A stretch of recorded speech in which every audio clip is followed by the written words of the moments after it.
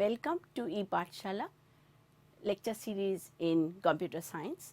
This is the subject called cloud computing. Today we are going to discuss about snapshot. So, our learning objectives are what is a snapshot, and then we will look at the possible applications of a snapshot, and then we will see what are the different mechanisms that can be used to obtain a snapshot. In specific, we will look at one algorithm called Chandy-Lamport's algorithm and then summarize the module. So, in the last class, we looked at the mutual exclusion. Mutual exclusion, what are the requirements we saw, and then we looked at the mutual exclusion algorithms, two algorithms in specific. One is called the leader based algorithm and the other is the ring based algorithm, and then we looked at the mutual exclusion in cloud. Today we will look at similarly in snapshot. Let us first take an example to see how things are, what are the requirements for which this snapshot is needed. Let us think of a bank which has different branches in different states or cities, and let us think of an account. That account can be accessed from various branches. We can imagine this to be a joint account where multiple people are accessing, or even a single account where the account is highly active and there are multiple accesses to the account. Now, if we need to keep track of the account at any point in time, the employees of the bank need to understand whether it is possible to allow a transaction through. Then we need to know the state of the account, combined state of the account, which will be from all the states or all the. So, now assume that the mechanism using which the employees of this bank are interacting are message passing. This message can be passed using a, say, a mobile phone or a mail or whatever. Now, the job here is to see how to understand the overall situation of the of this account. So, what are the requirements of the of these employees which will give them the overall idea? The idea of the state of the account, which means that how many transactions have been done, how many withdrawals has happened, all these information should be available with the employees at any given point in time.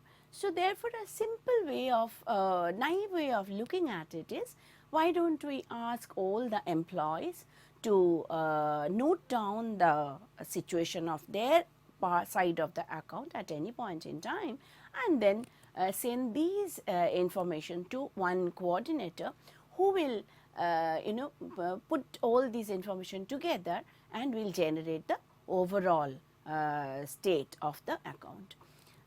So, to be able to do that, to be able to implement such coordinator based mechanism, what is it that we need?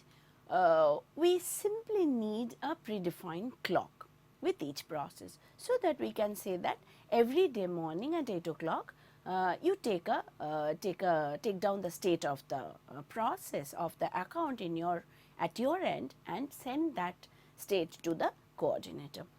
But this time has to be a well defined, well organized time, so that we can have a proper picture of all the states.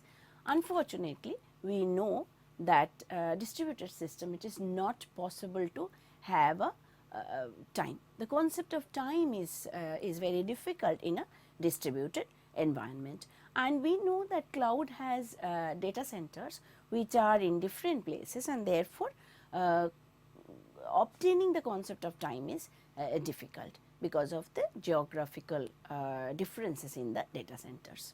So, what are the exact problems? The problem is the absence of a global clock, where there is no concept of a global clock in a distributed environment. we looked at in earlier modules, we looked at how to do clock synchronization using physical clocks, but we saw that it is not a foolproof mechanism because of two factors. The clocks drift, they do not have the same rate of change over a period of time. So, therefore, they give different times even starting from the same point, and unfortunately they drift in different manners and different ways. So, the skews, which are the differences in times between two synchronized clocks, becomes too high, and therefore, we lose the concept of synchronization. We saw that a solution to this is to synchronize more often, but we must remember that the amount of time we spend for this kind of work is very important, and we should not be spending too much of time. So, therefore, we assume, in general, we make an assumption that there is no concept of a global time. The other problem that we have to be able to create a simplistic solution to our problem is the communication channel. We use the underlying network to send and receive messages. In our example, it is the mobile phone service providers and the mail service providers, and they are at best unreliable. So, therefore, we are not sure whether messages will be delivered at what gap, whether messages will be delivered in sequence, whether messages at all will be delivered or not. So, with these problems, we understand that it is not possible to use a time as we understand looking at a clock. So, as a solution, we looked at two possibilities. One is called the Lamport's logical clock, which we will just now take a look at again, and another is called the vector clock. So, let us take a quick look at what is a Lamport's logical clock. This diagram is called a space-time diagram.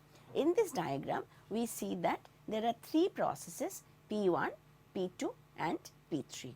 These processes, this is how the time is going, and these processes continue, and each of these are called an event, and the events happen for various reasons inside a process. Like in P1, E11 is a local event, something is happening over there.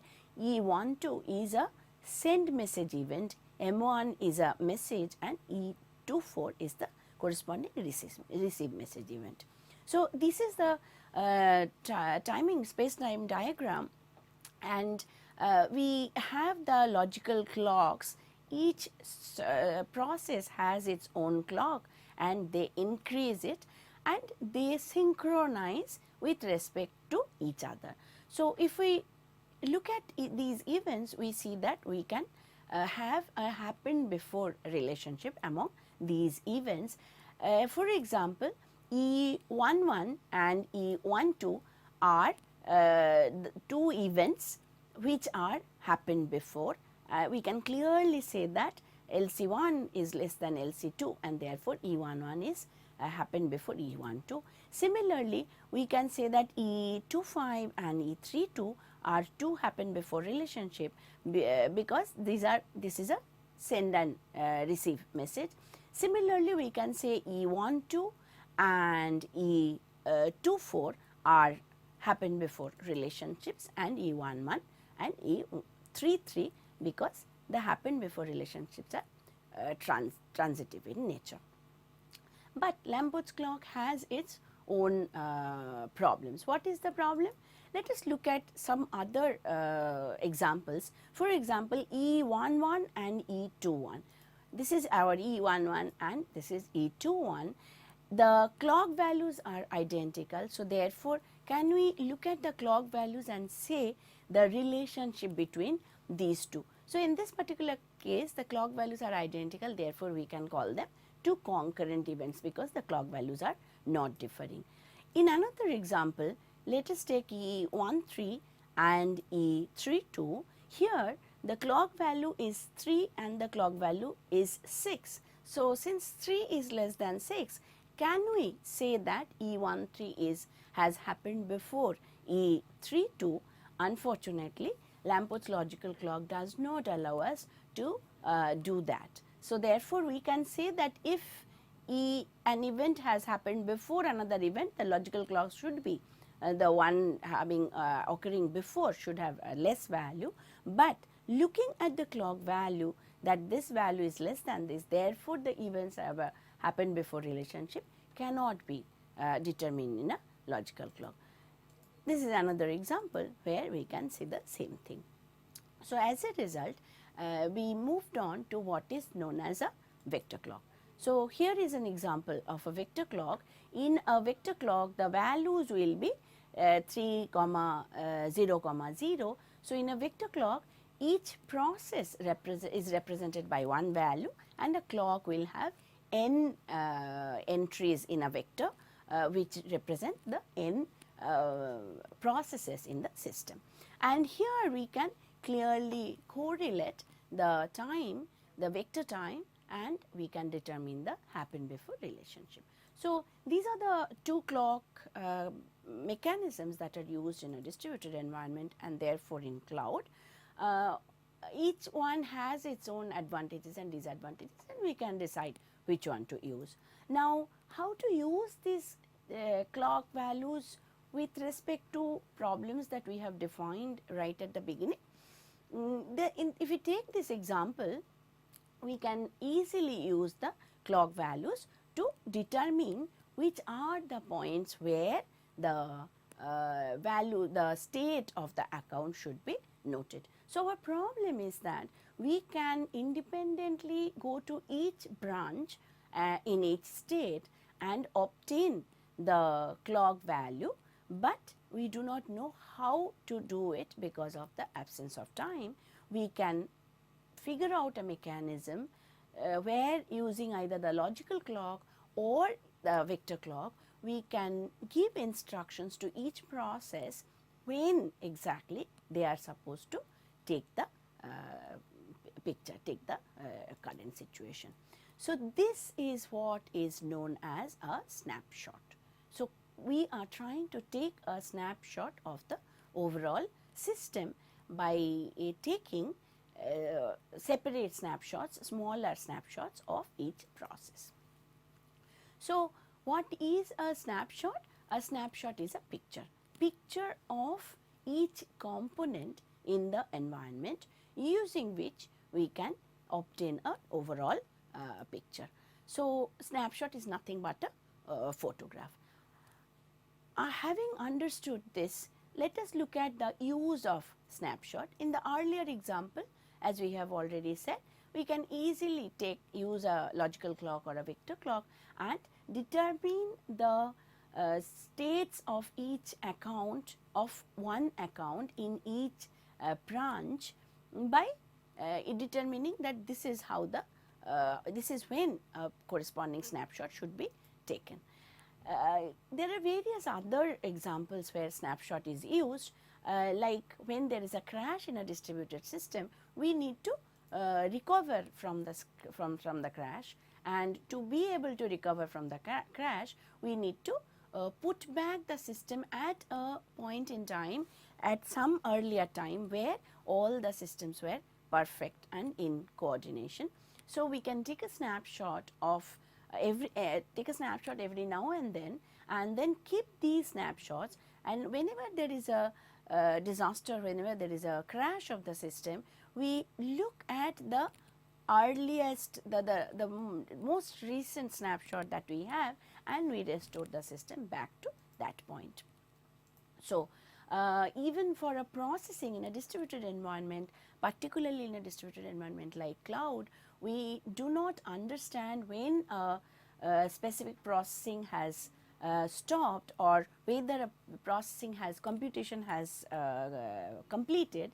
So we can take a snapshot to make this decision that a computation has completed. So to be more precise, in cloud we have the applications running in different data centers and different servers. We have services that are being offered from different data centers, and therefore multiple locations, geographical locations. All these require events to be executed concurrently, and as soon as we have concurrent events, we have a problem of not understanding what is the situation, what is the overall situation. To be able to understand the overall situation, we have to be able to take a global photograph of the system, and that is very important in cloud. So, let us now look at what is a global snapshot. So, essentially a global snapshot is the overall picture. If I have an overall picture, I have a global snapshot. Now, how to obtain such a global snapshot? The method that we are going to discuss obtains it by taking a snap of or a photograph of different components which are located in different places in an independent manner. What is an independent manner? That we should not get a specific instruction from one specific location. We should be able to do it after doing some other work that we are doing. That means that we should not stop the system, we should not stop all the activities and then take a snapshot. We should continue doing the normal work without hampering the normal work. If I am able to take a local, these are called local snapshot, each process will take a snapshot of its own locality, and we should be able to put all these together and come up with a global snapshot. So, what is required? This is also called a global state, and what is required is that individual state of each process in a distributed environment is obtained, plus what we should not miss is that we also need to take the individual state of each of the communication channel. It is very important that we understand the communication channel and its role in what we are trying to do. So, let us take a look at what is the importance of communication channel. Here is an example, again another space-time diagram where there are two processes P1 and P2. P1 has 1000 rupees and P2 has 1000 rupees. So, the total money is 2000 rupees in the system. Now, assume that P1 is sending some money to P2, 50 rupees to be precise, at time T1 in place A. So, therefore, the money becomes 950 in P1. Similarly, at B, P2 is sending 500 rupees to P1. P1 receives this money and its total becomes 1450, and P2 receives this money at D and its total becomes 550. Overall total remains 2000. So, we started with the 2000, we completed with the 2000, there is no surprise in this. Now, where is a surprise? This is a surprising situation. If we decide that x1 and x2 will be the two points where we would want to take the snapshot, then look at x1, the value is 950 because I am yet to receive the 500, and look at x2, the value is 500 because I have given the 500 and I am left with 500. And if we take a snapshot at this point in time, then our overall is 1450, and that is not the total amount of money. So, we need to get what is known as a consistent cut. First, let us understand what is a cut. A cut is any arbitrary line through the space-time diagram. This line should join any random points. In this case, example 2 points. In fact, if there are n processes, then the cut should be able to join n points across each process and divide the overall system. This cut will divide our space and time diagram into two parts. One will be the left of the cut and the other will be the right of the cut. Now, this cut is very important because this cut tells us this is the time where I am dividing my system into two parts. Cut is consistent when we say that all the messages that are received on the left of the cut, that means a message cannot be received unless the message is sent. So, a message that is received to the left of the cut should also be sent to the left of the cut. So, if we are able to do that, then it is a consistent cut, otherwise it is not a consistent cut. A consistent cut also represents a global state. Let us look at the example. So, here is our example of our earlier example. Now, look at this, x3 and x7 is a consistent cut. All the message received have the sent to the left of the cut. Let us take another example, x1 and x5. Here, two sent messages are there, but the received events are to the right of the cut, but still our consistency situation is not disturbed because no received messages is to the left of the cut. In another example, we have a similar situation. The two send events are there on the left and the corresponding receive events are there on the right. But here is a cut x3 and x4 where you see that we have, this is the receive event of this message 500 rupees from P2, but the sent event is not included to the left of the cut. So, this is a message, BC is a message whose receive event is to the left of the cut and whose sent event is to the right of the cut, and therefore, this is a inconsistent cut. So, let us now look at a formulation of our algorithm to obtain a global state and a consistent cut, so to say. So, the task is to be able to obtain a consistent global state. We need an algorithm to determine the cut in the system. The cut is used to obtain the snapshot, and this snapshot should give us a global state, a consistent global state. So, this is the Chandy-Lamport's algorithm. Let us first look at the assumptions of the algorithm. There are n processes P1 to Pn. One of these processes will act as an initiator. Somebody has to start the process of taking a snapshot. So, that particular process we call an initiator.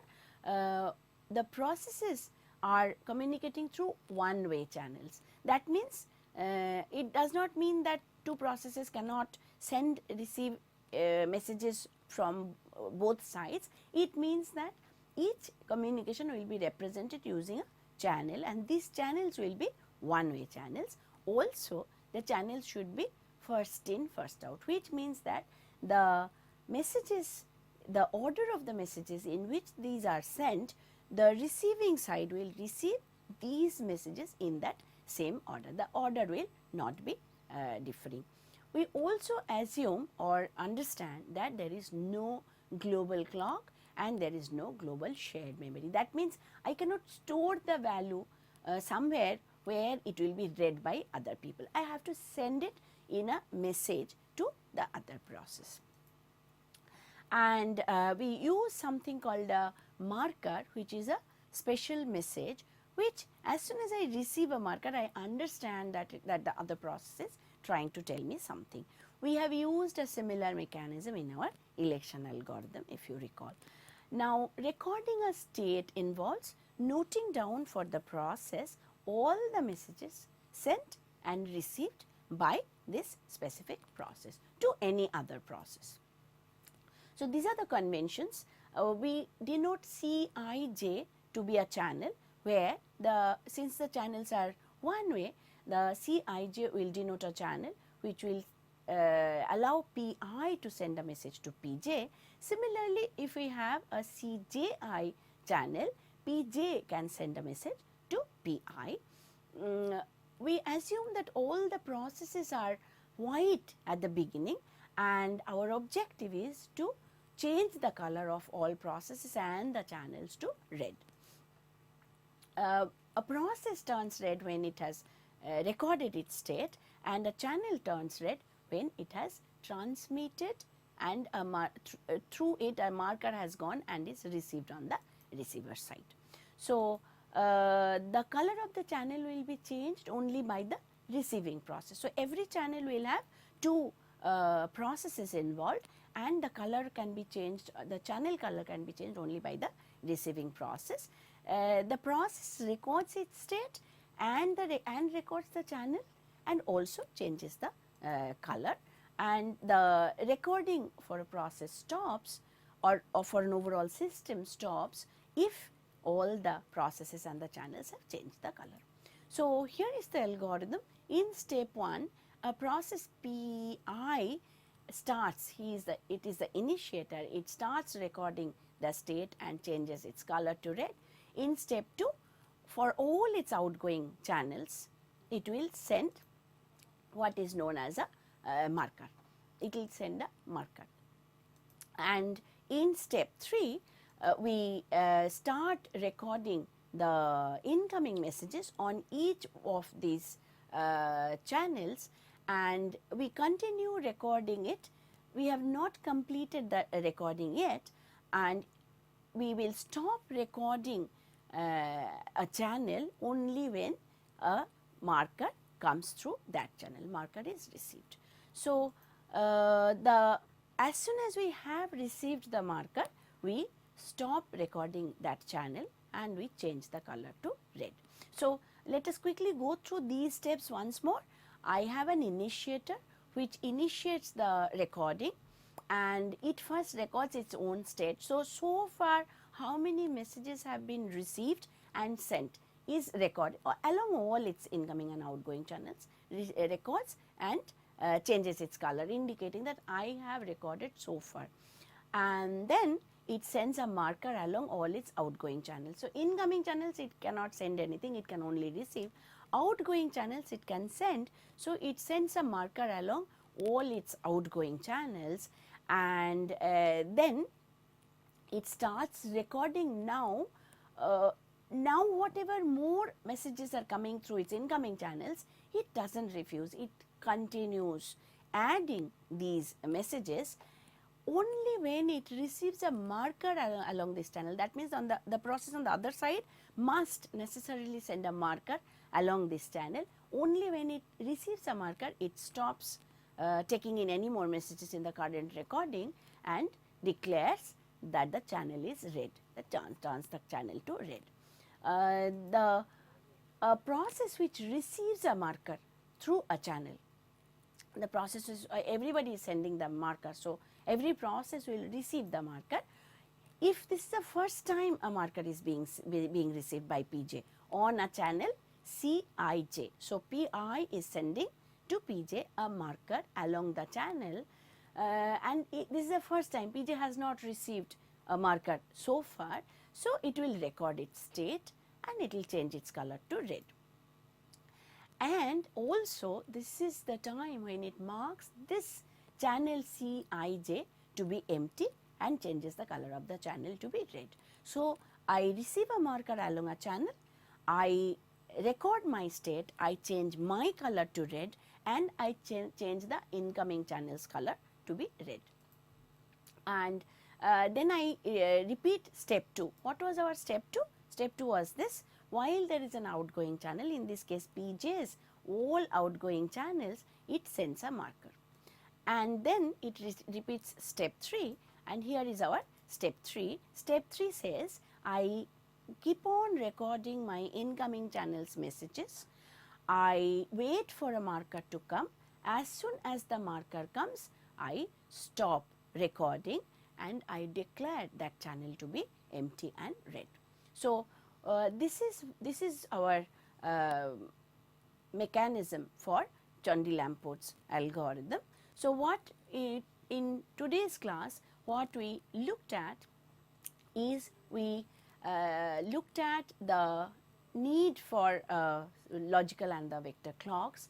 We looked at an use of logical and vector clocks in what is known as a snapshot or a global snapshot.